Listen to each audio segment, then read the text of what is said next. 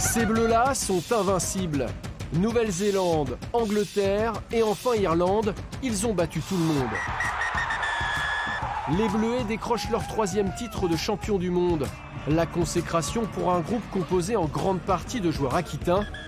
Après la fête, place à la décompression. On est tous au même étage là. Et on peut voir derrière, là, les mecs sont derrière là. Pas encore tout à fait conscient de l'exploit. Les générations précédentes ont fait le taf en 2018 et 2019. Donc on se devait aussi de faire le boulot. Je pense que quand on va voir nos familles en France, nos amis et nos proches, là on va vraiment réaliser. Après avoir fait jeu égal en première période, les Bleus se lâchent au retour des vestiaires. Débute alors le festival des lignes arrières, comme avec cette percée du rideau défensif irlandais du centre bordelais Nicolas Deporter.